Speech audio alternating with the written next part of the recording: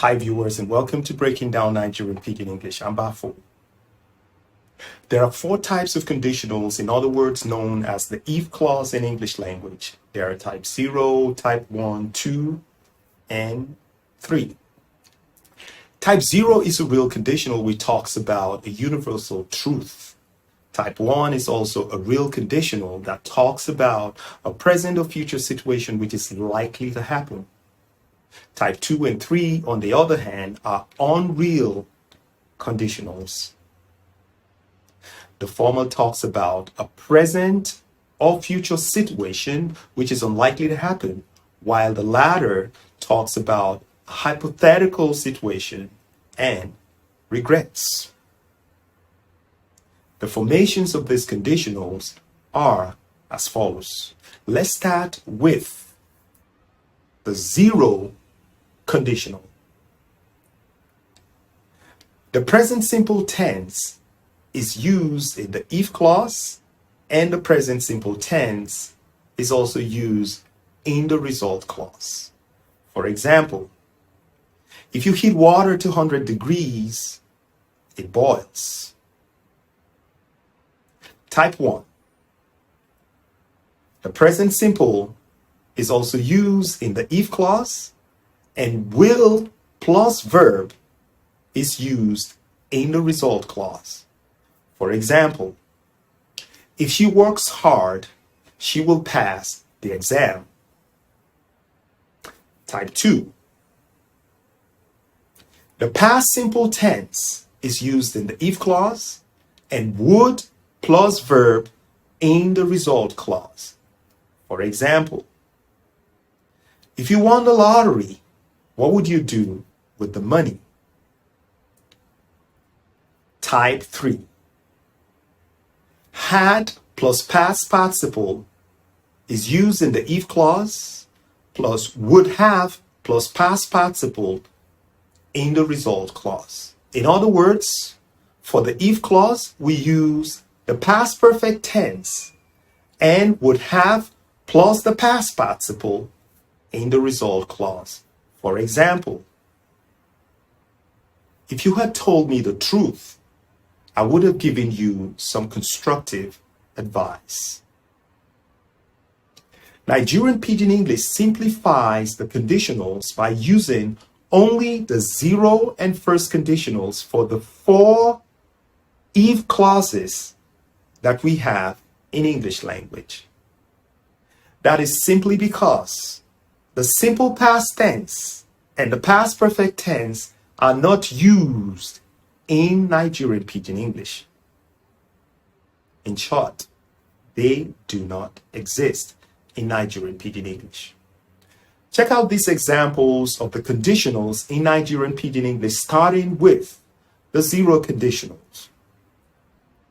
These sentences are 0 conditionals because they use the present simple tense in both the if clause and the result clause. If you see David, call him for me.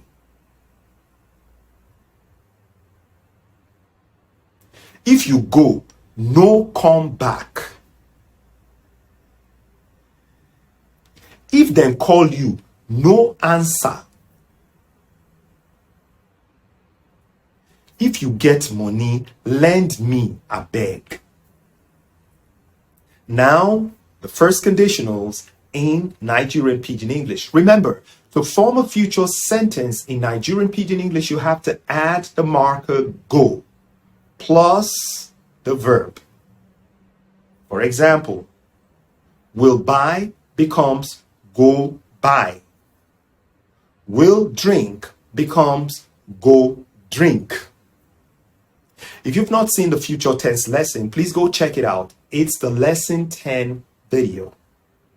Now, let's check out the examples. If she take bus, she go reach there fast.